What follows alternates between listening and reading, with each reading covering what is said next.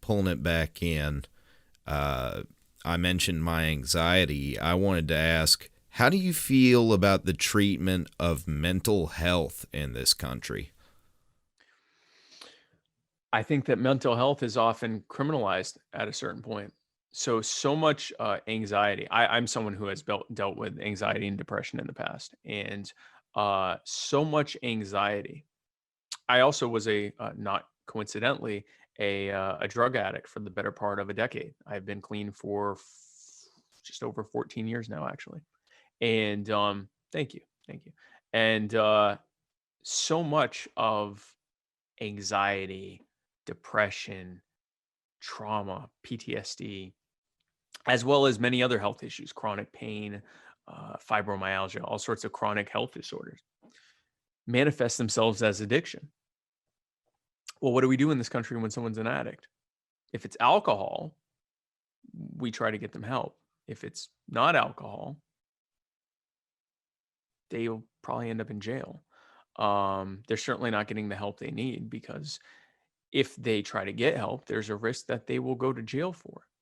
And if anyone tries to help them who isn't spending hundreds of thousands of dollars in compliance costs, they will go to jail for being an accessory. So, for example, if you have a friend with an addiction problem and you want to offer to let them come to your house and clean out and detox for a little bit, and you help them out and try to get them the help they need. If that person has ties to distribution of drugs, you can end up getting in trouble at the state and federal level for being an accessory to that. Because keep in mind, most drug dealers, when we think of drug dealers, we think of Scarface and The Wire and Breaking Bad and stuff like that. Most drug dealers, that especially the ones that end up in jail, are drug addicts who sold their drug so that they could keep some of it and afford to be able to use it on a regular basis. That's a health problem. And it often is a result of like that. Addiction is bad, and we should end addiction. Criminalizing addiction has done the opposite. It has taken addicts, put them in cages, made their lives worse. Usually they can still get their drug of choice while they're in prison. In fact, sometimes they graduate to even worse drugs just to deal with the terror of the situation they're in. And then when they get out, now they have a felony record and they're still addicted. Things are still just as bad. There's a market. They're actually exponentially worse than they were before. And then we go, I wonder why we have such an addiction problem. I wonder why we have such an opioid epidemic. And the same government that says that we need to criminalize this to stop addiction is sending the US military to fight to protect drug cartels in Afghanistan. But then when the drugs get here, now it's criminalized. It's a great way for US intelligence services to make money, but once it gets here, it's a crime.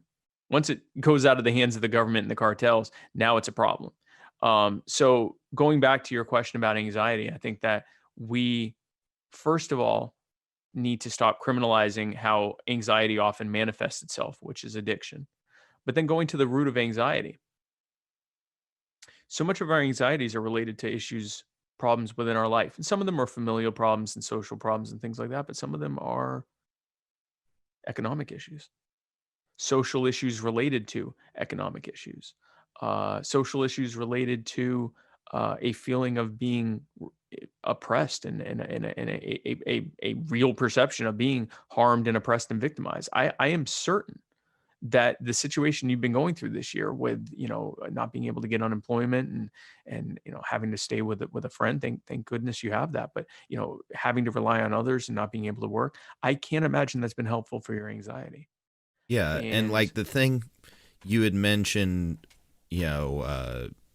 people getting locked up due to drug abuse from it, but people with depression, you got to be really careful who you say things to. yep, yep, Because yep, a normal thought to a depressed person yep. can get you one call away from being locked up in a mental institution. Yep. One thought that to you sounds perfectly normal and often is just you trying to tell someone, and I know what this is like. You just trying to tell someone that things aren't good and you need someone to help can get you a wellness check from some armed people who are not trained to de-escalate.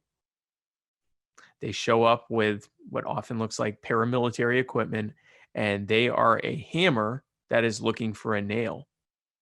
And if the thing in front of them is someone who is talking about harming themselves, close enough. That's kind of like a nail. If they're talking about harm, they might be threatening to harm themselves. That could lead to them harming someone else, is the way that the officers are thinking. And the reality is, if you escalate things too far, that is where it can go, but it doesn't have to be that way.